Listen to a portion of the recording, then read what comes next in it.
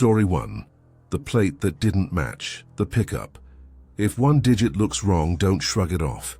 I learned that under the jaundiced lights of the airport rideshare lot at 1:12 a.m., suitcase wheels hissing through drizzle, the smell of wet rubber and jet fuel in the air. My Uber pinged. Black Camry, KBF 179, driver M. A black Camry slid up, heater fan muffled behind glass. The plate glared with water streaks, KBF 197. I frowned, leaned closer. They always flip it in the app, the driver said, window cracked 2 inches, voice calm, a hint of a laugh. The photo matched. Beard, navy cap, a thin scar on the chin. The Uber sticker clung to the windshield, curling at the corner. I checked the make, the color, the model, the photo, the first letter of the plate. Everything but that stubborn 7. My phone buzzed. Your driver has arrived. I told myself rain-warped reflections. He popped the trunk before I asked. "Hop in, man!" "Long day," he said. I hesitated, thumb hovering over verify your ride. On the app, then pressed and held. It spun and timed out. Signal's trash out here. His smile was quick, practiced. The trunk thumped shut. I pulled the handle and the dome light didn't come on. The detour. We merged onto the freeway. Wipers kept a tired rhythm. My app estimated 24 minutes home. "Mind if I put a podcast on?" he asked, tapping the dash. Static flickered.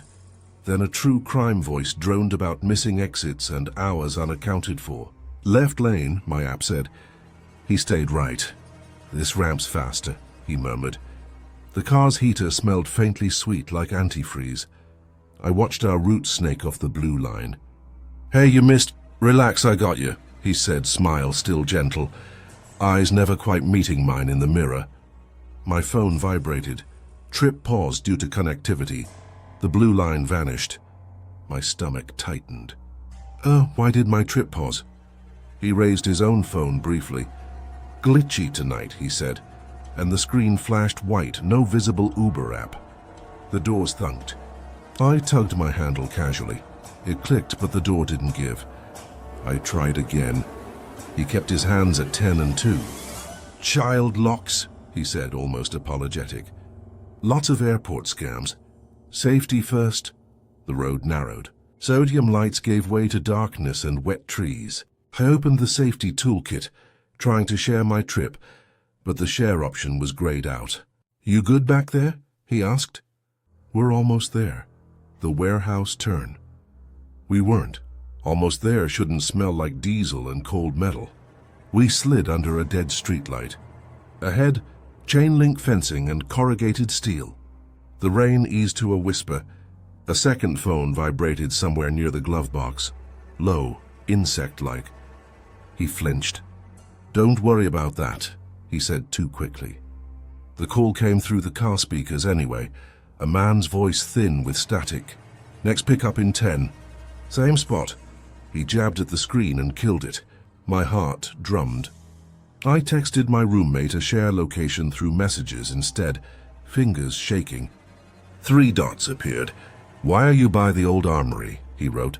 The Camry idled by a gate painted with a faded number 7. My driver's smile was gone.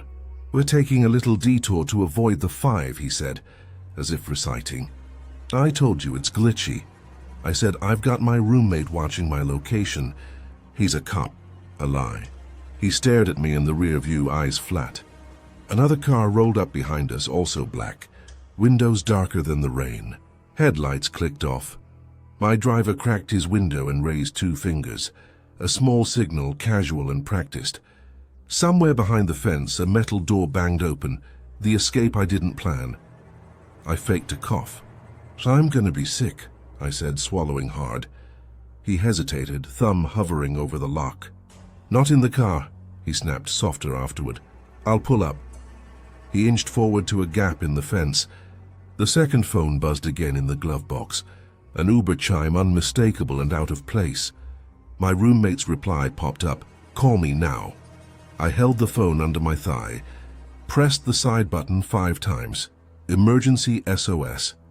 The car's chime masked the faint tone as it dialed 911. "Look," I said, voice shaking. "I'm opening the window." He didn't object. I thumbed the button. Cold rain knifed in. The 911 operator answered softly in my AirPods. I'd never taken them out. "What's your emergency?" "I'm in a black Camry off the old armory," I breathed, barely moving my lips. "Plate 797, child locks. Another car behind us." My driver's shoulders lifted, tense. "What are you doing?" "Air," I said. The chain link gate rattled. He put the car in park. I lunged forward, grabbed the gear shift, slammed it back into drive, and stomped his foot from behind. The Camry lurched, grazed the fence, alarms yelped. Red and blue flashed at the far corner, swelling. He froze. Later, officers pried open the glove box. 3 Uber decals, 2 phones logged in under different names, and a list written in block letters. Armory, 1 a.m. I still wake up hearing that second phone vibrating, faint and patient like it hasn't missed me yet. Story 2. The silent pickup bit was 2:13 a.m., rain stitching silver lines across my windshield, when the Uber ping lit up my phone. Mara, 498, 0.8 mi away. Pickup, Silver Birch Medical Plaza, closed since 9. The chat came in before I could tap navigate. "Please don't turn on your inside light." Then another. "I'll get in quietly, don't look back." The defroster hummed. My car smelled like wet fabric and old coffee. I rolled into the empty lot, each sodium lamp buzz-singing to itself. Every window in the clinic was dark. "Arrived?" I slid, thumb tapping. The message popped in immediately. "Window down a little, I need air." I left it cracked. The rain hissed against the glass, and something shifted behind the clinic's sliding door, though a chain hung through its handles. I checked the back door locks. Still on. My phone chimed. "Rider is ready, do not leave." The app suddenly flipped to on trip, even though no door had opened. The rear belt sensor blinked on my dash. Passenger seated. I stared at the mirror. At first it reflected only rain and darkness, then hair, wet strands, a face hidden, as if the night itself had leaned forward. A whisper brushed my ear from the back seat. "Drive." I swallowed and pulled out, wipers thumping a steady heartbeat. "Address?" My voice came out too loud. She didn't answer the way riders usually do. Instead, "Take the service road, GPS is wrong tonight." Her voice was small, like it had traveled too far to reach me. The app tried to reroute anyway, the robotic voice glitching. Head, north." The cabin felt colder than it should. Damp crept over my shoulders. I couldn't make out her face in the mirror, only a dark oval where the head should be, hair stuck to it like seaweed. "You're Amir, right?" she said, saying my name with a certainty that prickled my skin. "You normally go offline around 3. My thumb hovered over end trip. "How do you—" "Left," she cut in. The smell hit then. Wet dirt. Not mud from a parking lot. Earth, sharp and metallic, the way it smells when a shovel turns it. "Don't take main," she murmured. "He waits there." Static riddled the radio, though it was off. My hazard button clicked by itself. I reached to check the back door locks again. Before I could touch them, the rear seatbelt buckled with a clean, decisive click. I watched the mirror. Her outline stayed still, but her reflection was gone. "Look," I said, keeping my voice level, "I can only go where the app shows." My phone vibrated so hard it skidded on the console. New banner. Uber pool added rider, Liam. Pool was off. I hadn't run pool in months. The rear right door gave a soft, invisible tug, like wind had pulled it open and shut in one breath. The seat beside her flattened, as if someone had just settled there. No body, just weight. My breath fogged the glass. "Almost there," she whispered, but it wasn't to me. The radio woke with a cough of static and an outdated call sign. "Unit 7, vehicle black sedan eastbound. Do you copy?" My route line on the phone brightened to a pale, sick blue I'd never seen before. The ETA froze at 2:41 a.m., no matter how fast I drove. Chat ping. Support. Please complete this trip. Rider has priority status. The logo on the message was the old Uber U, the one they retired years ago. Don't turn around, the girl said as something cold pressed between my seat and spine, a child's width of space filling with breath. My brother hates when drivers stare. The odometer ticked miles while the street names looped the same 3 blocks. Then a small icy hand settled on the back of my neck. I veered into a gas station ringed in fluorescent light. "Don't stop here," she said, suddenly sharp. "Don't bring it into the light." I threw the shifter into park anyway and hit the dome light. The back seat was empty. Seatbelts lay unfastened. But on the plastic of the center seat back, 4 short smears like fingerprints made of wet, granular dirt.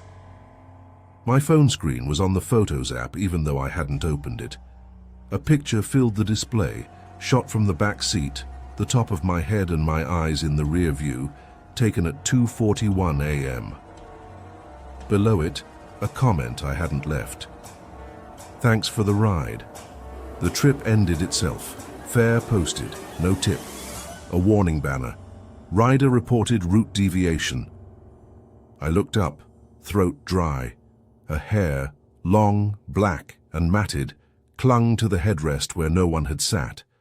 I drove home on surface streets, windows cracked, inhaling the city like it could cleanse me. In the morning I went back to the plaza. A taped flyer flapped under the chain. A missing persons notice for a girl named Mara. Date, 2014. That night, as I killed the engine in my driveway, my phone buzzed. New request, Mara, 498. 0. What me? The back door locks clicked open by themselves. A whisper, closer than breath, said, "Drive."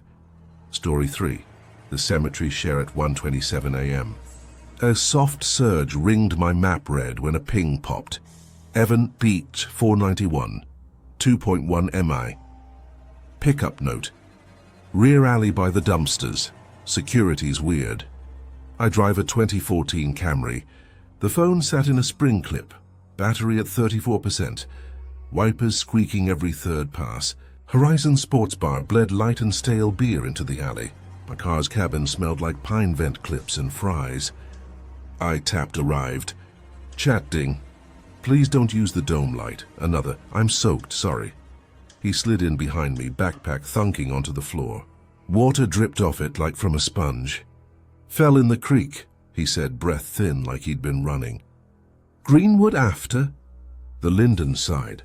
"Greenwood is the cemetery. Gates close at midnight. So we can't go in," I said. "Caretaker gate," he murmured. "It's open." The UberX share toggle lit by itself. Share is available on this trip. I hadn't enabled it. A blue banner. Evan prefers a quiet ride. He sat directly behind me, knees not touching the seat, too still. Something shifted inside the backpack. Like a jar rolling, then bumped again, a deliberate thud against my heel. I killed the dome light and pulled out. By the time we cleared the alley, the app chimed. Another rider added to share Lila. 5.0, 0.6 mirror. The pin hovered by Greenwood's Gate B. I never run share this late. It pays nothing. You cool if we grab her? I asked. Evan, she's waiting. She hates being alone. The backpack slid forward at a stop. Water sloshed. I flicked the rear lock switch to be sure. Cold curled over my neck, not AC cold. Earth cold, damp and mineral. The ETA stuck on 144. No matter how many greens I made, it wouldn't change.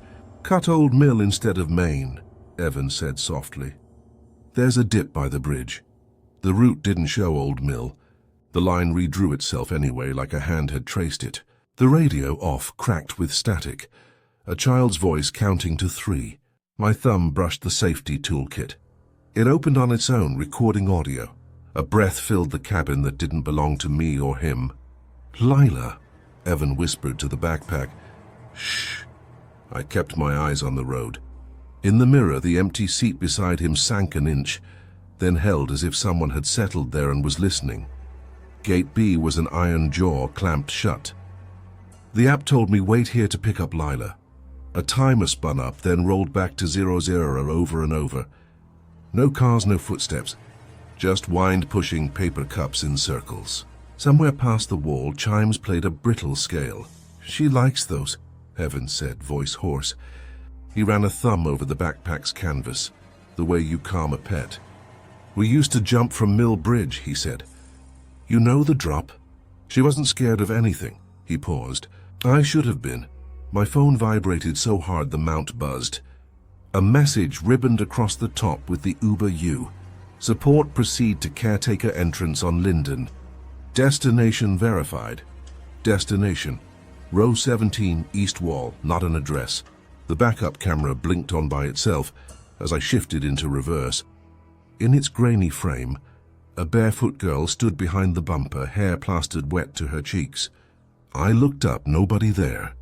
The app chirped, picked up Lila. 2 dings like seatbelts clicking. The cabin felt crowded, air pressed thin. Evan leaned toward the empty right side. Hey, he whispered. We're almost home. Something cold brushed my ear. We rolled along the cemetery's lane until marble swallowed the headlights. Row 17 was a limestone wall the color of teeth. Evan unzipped the backpack. Inside was a mason jar of river water, a phone sealed in a sandwich bag, and a brass wind chime wrapped in a napkin.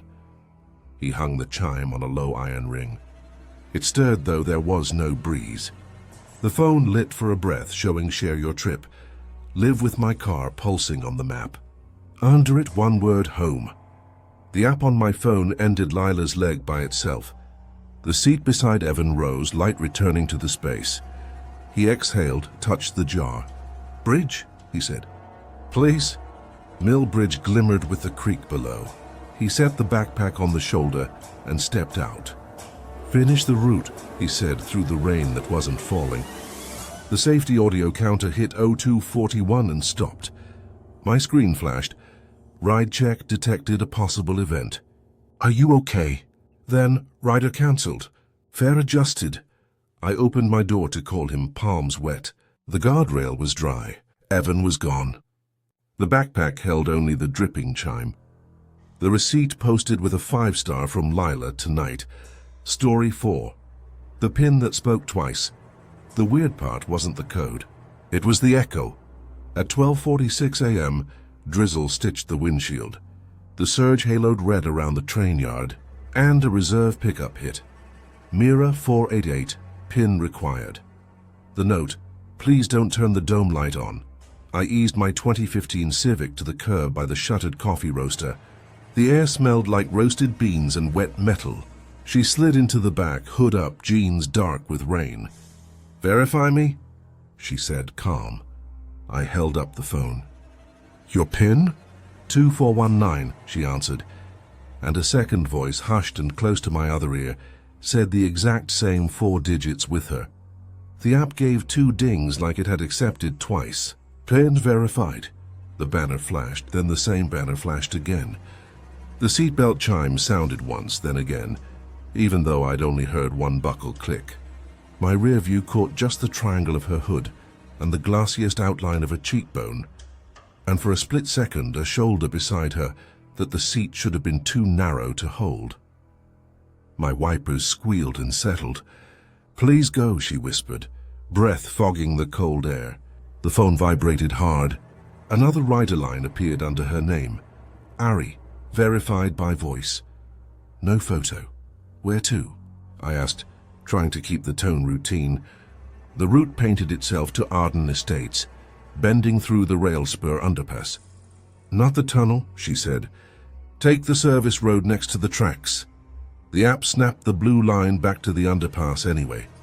My lane assist chirped as I resisted. In the back, fabric rustled. The air grew mineral cold like in basements.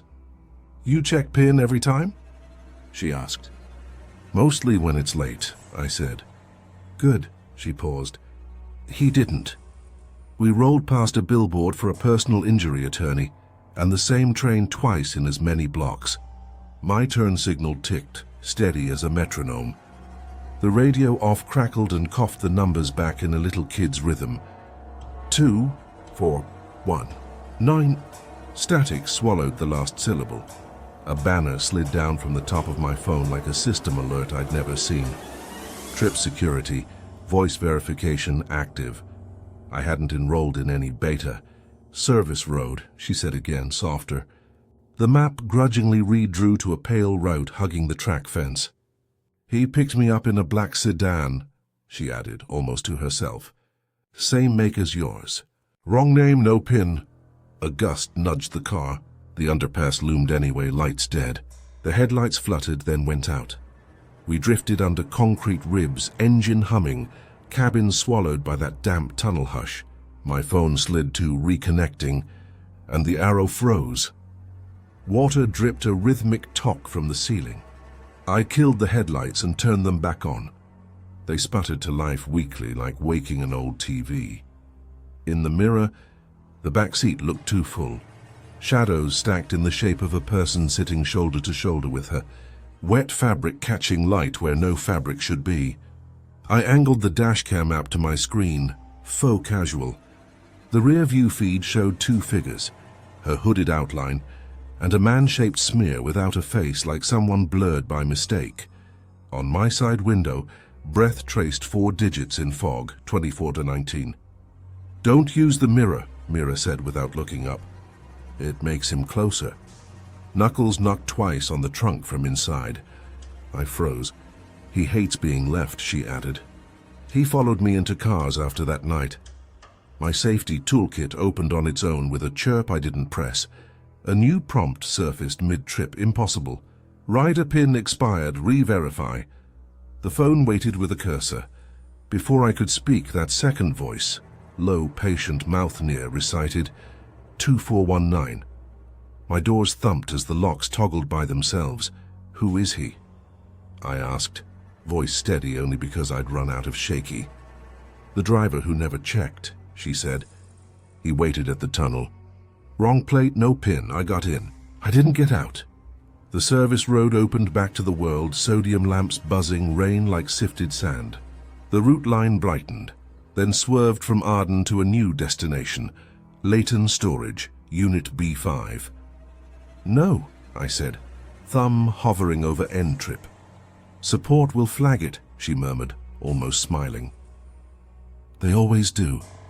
The air tasted like bleach and wet cardboard. We rolled into the lot. Chain link fences, rows of red doors. My phone rang with the masked Uber number. They measured voice. Hi, this is safety.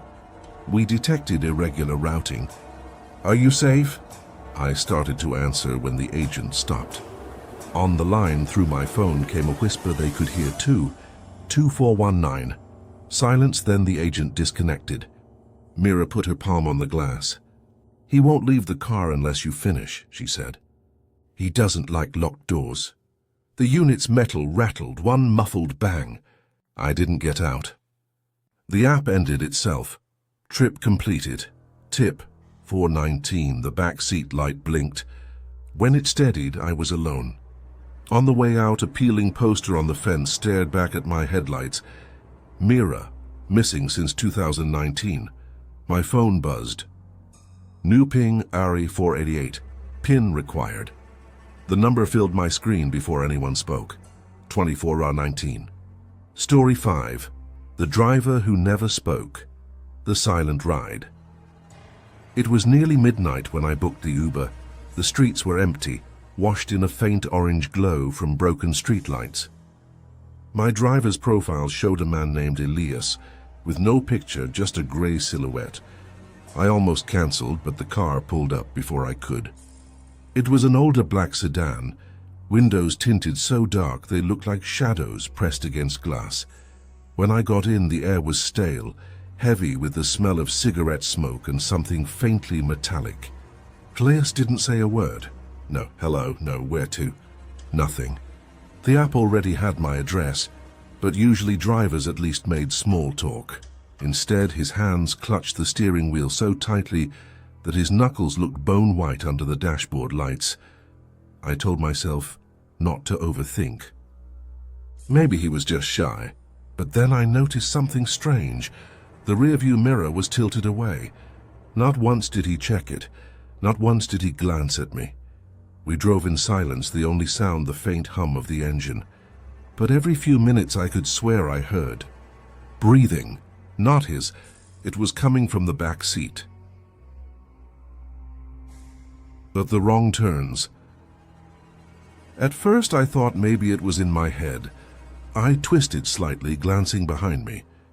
The back seat was empty. Still the sound lingered, low, rasping breaths like someone asleep in the shadows. I swallowed hard and stared forward, convincing myself I was paranoid. But then Elias missed the exit. The app rerouted, but he didn't correct himself. Instead, he took a turn down a road I didn't recognize. Long, narrow, lined with thick woods on both sides. I leaned forward. This isn't the way." Still no response. His eyes locked forward, unblinking, like he wasn't really there. My phone buzzed with the route alert. He should have turned around, but he didn't. Instead, he drove deeper into the dark stretch of road. The glow of the streetlights fading until the only light came from the headlights cutting into the trees. My chest tightened. "Hey, can you hear me? This isn't my address, nothing." His silence was louder than any scream. And then, out of the corner of my eye, I caught movement. Something shifting in the backseat reflection of the window. A pale hand retreating into darkness. The passenger I didn't see. My blood ran cold. I whipped my head around, but the seat was empty. My mind was racing. Was I hallucinating? Sleep deprived? I blinked hard, trying to ground myself. That's when I noticed something on the floor. An old folded piece of fabric. It looked like a coat, until I saw a streak of dark red across it. "Stop the car!" I shouted. My voice cracked with fear. Elias still didn't speak. His breathing didn't change. His grip on the wheel never loosened. It was as if he didn't even hear me. Suddenly, my phone buzzed again. A message popped up from the Uber app itself. "Your ride has ended." I froze. We were still moving deep in the woods. The app location said I'd arrived, but all around us was nothing but trees and endless darkness. Panic clawed at my chest.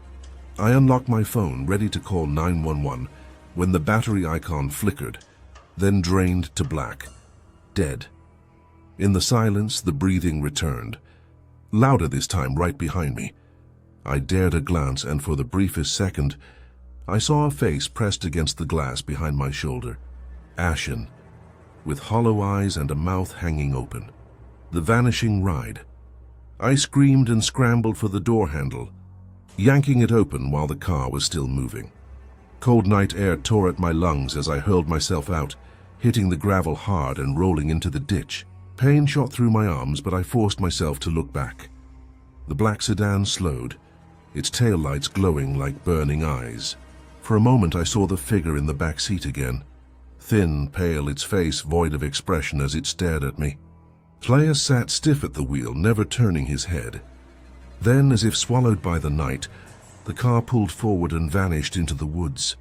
No engine sound, no headlights, just silence. I stumbled back toward the road, limping, half expecting the car to reappear behind me. Somehow I flagged down a passing truck driver, who stared wide-eyed when I told him what happened. He let me use his phone to check the app, but here's the thing, my trip history was gone. No record of Elias, no receipt, no trace that the ride had ever existed. To this day I still wonder, did I ride with a man, or something that wasn't alive at all? Story 6. The Child in the Front Seat. The Strange Pickup. It was a rainy evening when I booked an Uber from the city back to my apartment. The notification popped up quickly. Driver's name Samir, 4 stars, silver Toyota. Nothing unusual. But when the car pulled up to the curb, I noticed something odd. In the front passenger seat there was a child, maybe 7 or 8, sitting motionless, staring straight ahead. I hesitated before opening the door. Is it okay?" I thought rides weren't supposed to have other passengers. Samir just smiled faintly. Don't worry, that's my son. He's quiet, the boy didn't blink. His skin was pale, almost grey in the passing streetlight. Water dripped off his black hoodie, but he didn't move a muscle. I tried to shake off the unease and climbed in. The car smelled faintly of mildew and something else, sour like damp soil. The ride began in silence, rain tapping against the roof. I kept glancing at the boy. He hadn't buckled up. He hadn't even shifted once. And then, as we passed under a flickering street lamp, I realized his face didn't reflect in the rearview mirror at all. The quiet passenger. I tried to ignore it, convincing myself I was imagining things.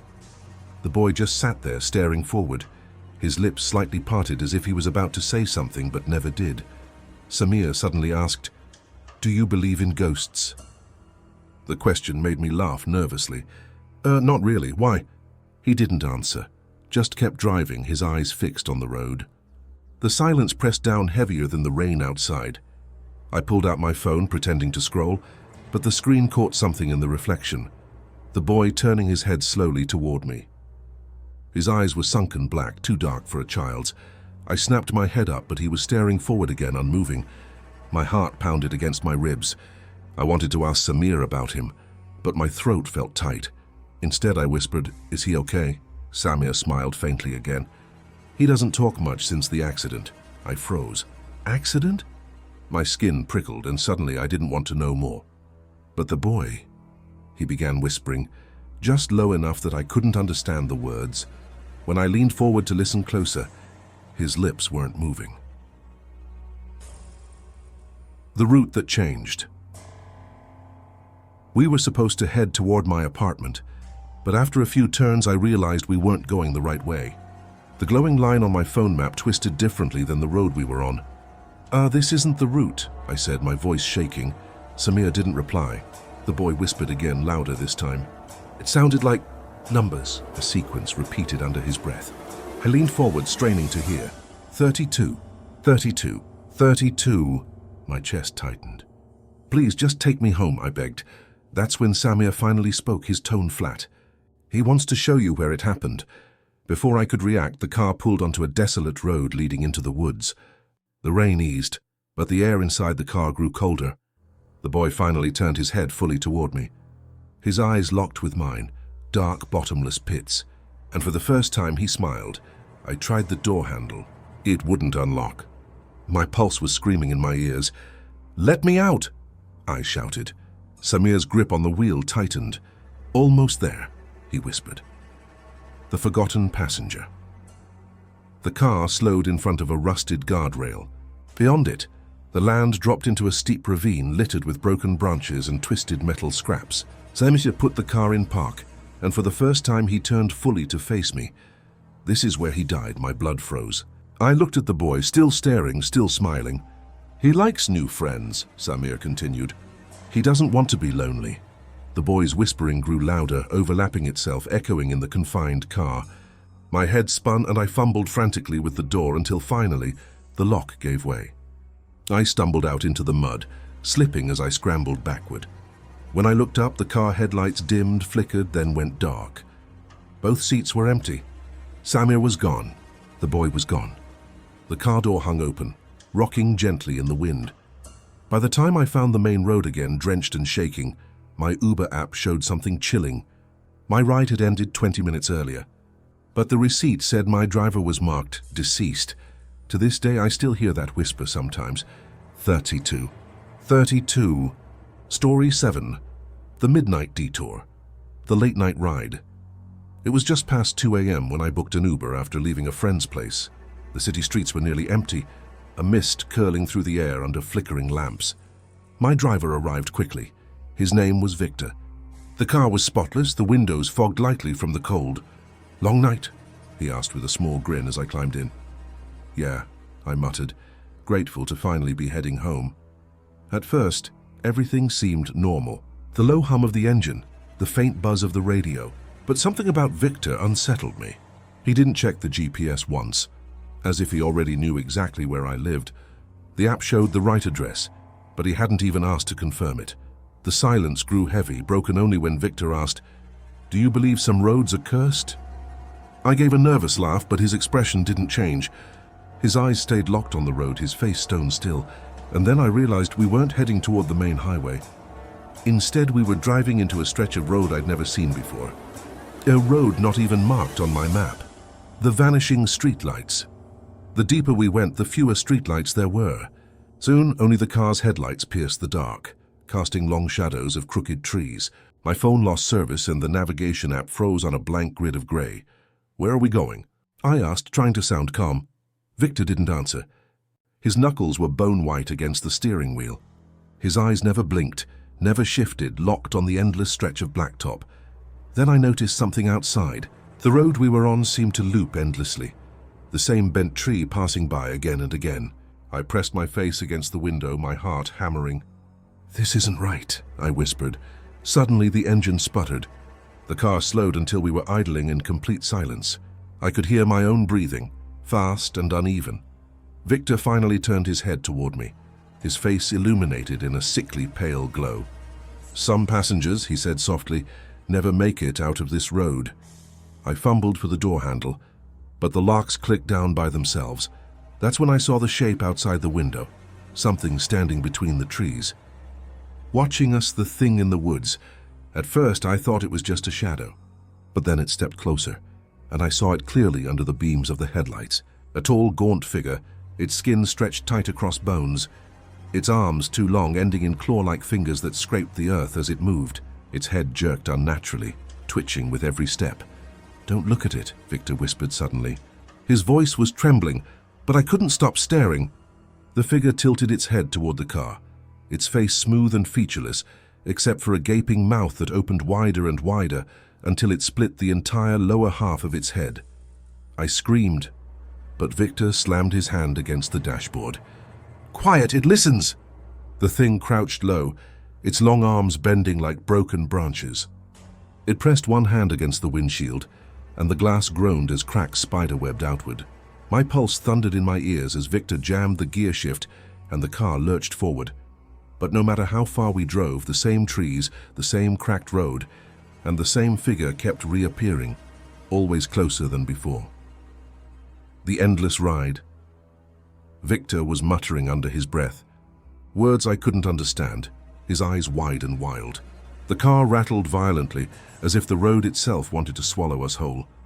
I clutched the door handle, praying it would unlock, but the lock stayed down. The figure was beside us now, keeping pace no matter how fast the car went. Its mouth opened again, and this time I heard it, an inhuman wail like 1,000 voices crying at once. The rearview mirror shook loose, falling into my lap. When I glanced down at it, my blood froze. The reflection didn't show me sitting in the back seat. Instead, I saw the gaunt figure, its mouth open, sitting right where I was. I threw the mirror down with a scream. "Stop the car!" Victor's voice cracked. "We can't. No one leaves this road until it chooses." Suddenly, the headlights died. The car rolled to a stop in pitch darkness. I could feel cold breath against the back of my neck. Slowly, I turned, but the seat behind me was empty. When I opened my eyes again, it was morning. I was standing alone on the side of a highway. My phone said the trip was completed, but my driver's profile had vanished. Story 8. The woman in the rear view. The late passenger.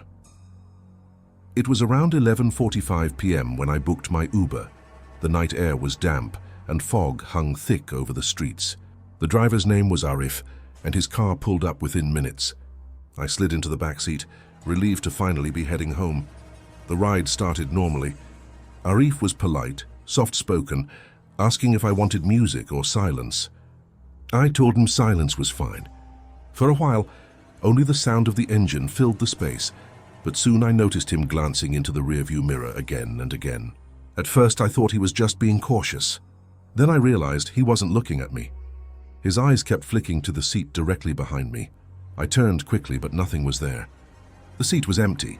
I forced a nervous laugh. "Something wrong?" Arif hesitated, his hands tightening on the wheel. "I thought I saw someone sitting next to you." My chest tightened. "There's no one here," he didn't respond, but the way his eyes darted nervously to the mirror made me feel like someone was. And then I felt it, a shift in the air, cold and heavy, like someone had just slid closer. The whisper in the car. I tried to shake it off, convincing myself it was just my imagination. But then faintly I heard it. A whisper. A woman's voice, low and breathy, coming from the corner of the back seat. I froze. My eyes darted toward the window, but there was nothing except the foggy blur of passing streets. "Did you hear that?" I asked. Arif's face tightened. Yes, the voice came again, clearer this time. I shouldn't be here, my pulse spiked. "Who's talking?" I shouted, panic bleeding into my voice. Arif's knuckles were white on the wheel. "She rides sometimes," he muttered, almost to himself. "She doesn't like when I pick people up at night." I stared at him, horrified. "What do you mean, she rides sometimes?" His jaw clenched. "Look in the mirror." Against my better judgment, I did. And that's when I saw her. A pale woman, hair stringy and wet, was sitting right beside me in the reflection, her face hollow, her lips cracked into a smile. I whipped my head to the side. Nothing there. But when I looked back at the mirror, she was closer, the wrong destination. "Stop the car!" I screamed. My hand fumbled for the door handle, but the lock clicked down, trapping me inside. The woman's reflection lingered, her eyes sinking deeper into shadow as she mouthed words I couldn't hear. Arif's breathing grew ragged. "I told you, she doesn't like passengers.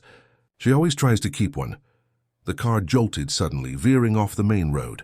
The app map froze, glitching as the location pins spun aimlessly. I shouted at him to turn back. But Arif's eyes weren't on the road, they were locked on the mirror. "She wants to take you somewhere," he whispered. The streets outside blurred into endless rows of identical houses, each one abandoned, windows black, doors hanging open. No matter how far we drove, the houses repeated like a loop. The woman's voice filled the car now, layered whispers overlapping until it was almost a scream.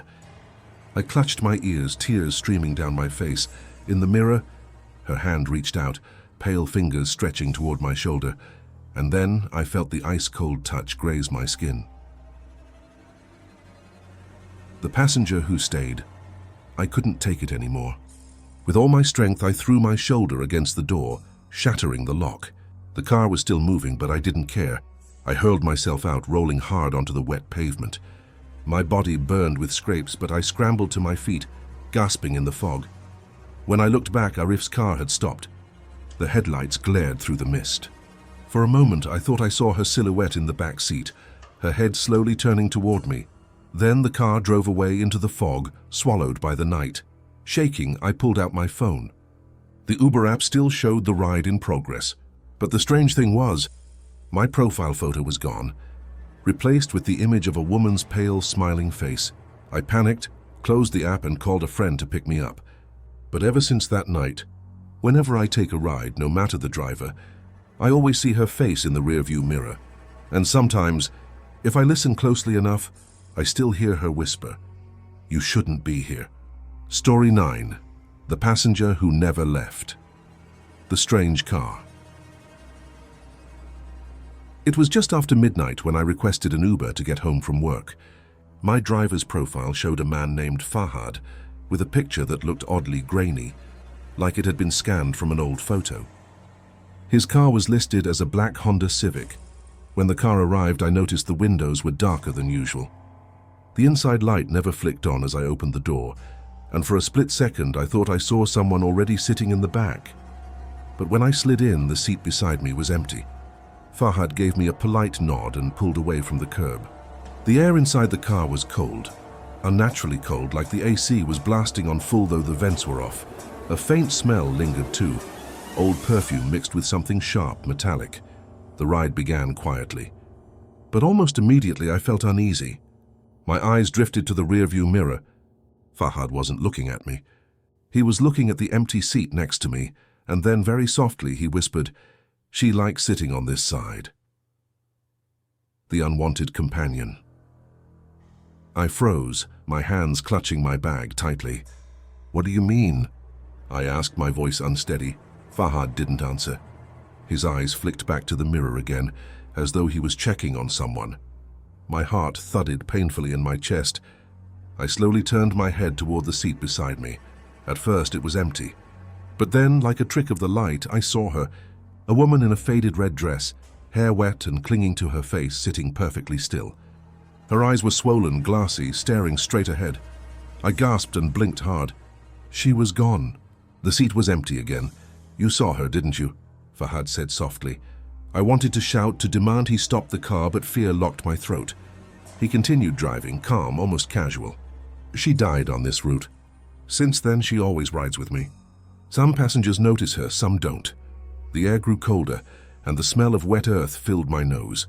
Out of the corner of my eye, I swore I saw droplets of water dripping onto the seat beside me. The wrong route again. I pulled out my phone, desperate to track the ride. But the map wasn't right. Instead of the normal route, the pin was moving toward an unfamiliar street name, one that wasn't supposed to exist. The road outside grew darker, narrower, lined with thick trees. This isn't the way, I stammered. Fahad's voice was steady but low. She wants to take you where it happened. I can't change the route when she's with us. My chest tightened. The shadows outside flickered strangely, like figures moving between the trees. The woman appeared in the reflection again, closer now. This time her mouth was open slightly, and water dripped steadily down her chin. I couldn't breathe. I tried the door handle, it was locked. The child locks were on, please, I whispered. Stop the car. Fahad's eyes stayed on the mirror. It's not me you have to ask. The woman's reflection slowly turned its head toward me. Her lips moved soundlessly, as if she was whispering just for me. And then I felt a drop of icy water land on my hand. The final farewell.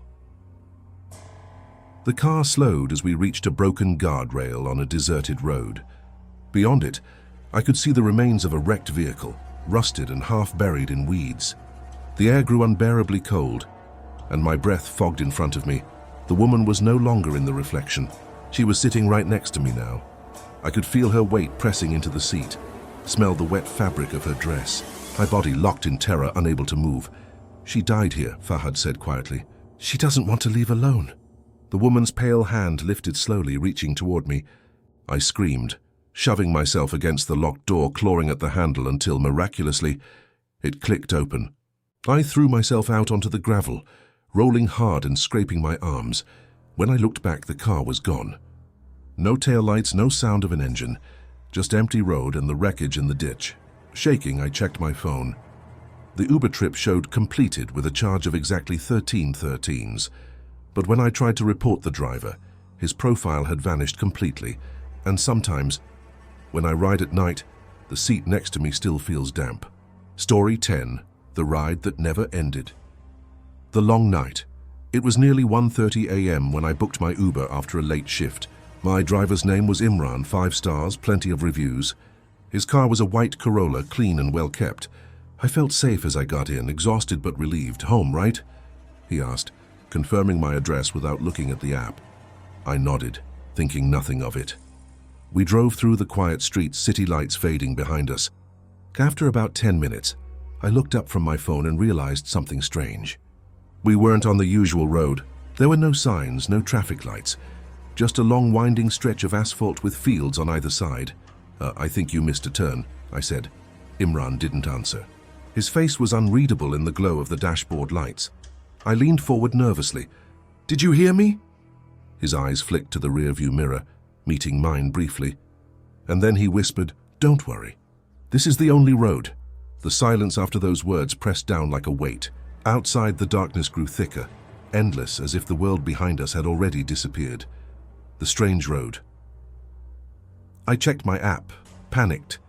The map was blank, just a small arrow moving endlessly forward. No streets, no turns, no end.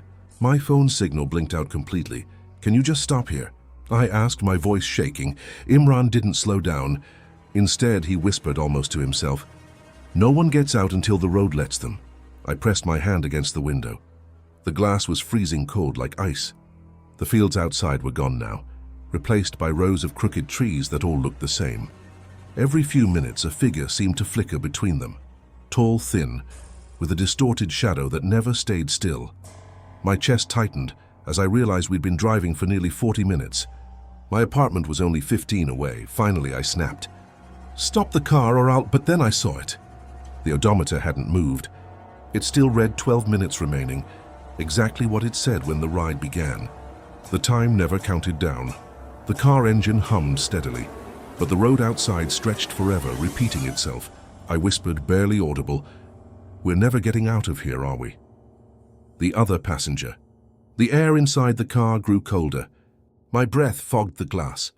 I wrapped my arms around myself, shivering when I noticed the smell.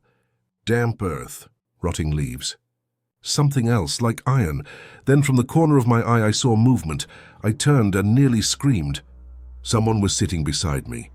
A man, skin ashen, eyes hollow and wide, wearing clothes that looked decades old. His head was tilted at an unnatural angle, and his lips barely moved as he whispered, "It's been so long since I got home." I shoved myself against the door, trembling. Who are you?" He didn't answer. He only stared ahead, the same way Imran did, as if trapped in the same trance. I glanced at the rearview mirror. Imran wasn't looking at me anymore. He was looking at the man next to me, as if acknowledging him. The man leaned closer, his breath cold against my ear. "Stay, you'll ride with us forever." I screamed and pulled at the lock, but it wouldn't budge. The man's face split into a grin so wide it seemed to tear his skin. The endless ride. My heart pounded as I yanked at the door, but it refused to open. The man's grin widened, his voice echoing inside my skull. "You're one of us now." The road outside twisted endlessly, the trees blurring into black streaks. No matter how far we drove, it was always the same stretch. My phone lay dead in my hand, screen flickering briefly before turning black again. I begged Imran, "Please, stop the car." For the first time, his voice broke. "I can't. I tried once. The road doesn't let go." His knuckles bled against the wheel, white and trembling. Tears slipped from his eyes. "I've been driving for 3 years." My body froze. My stomach turned cold. "What?" The man beside me laughed softly, the sound guttural and wrong. The window reflected his face and mine. Only in the reflection, I wasn't me anymore. My skin was pale, my eyes hollow, just like his. The car kept moving, engine humming steady, endless black swallowing everything. When I finally blinked, my app showed, "Trip in progress." 99+ minutes remaining, and I realized with horror, this ride would never end.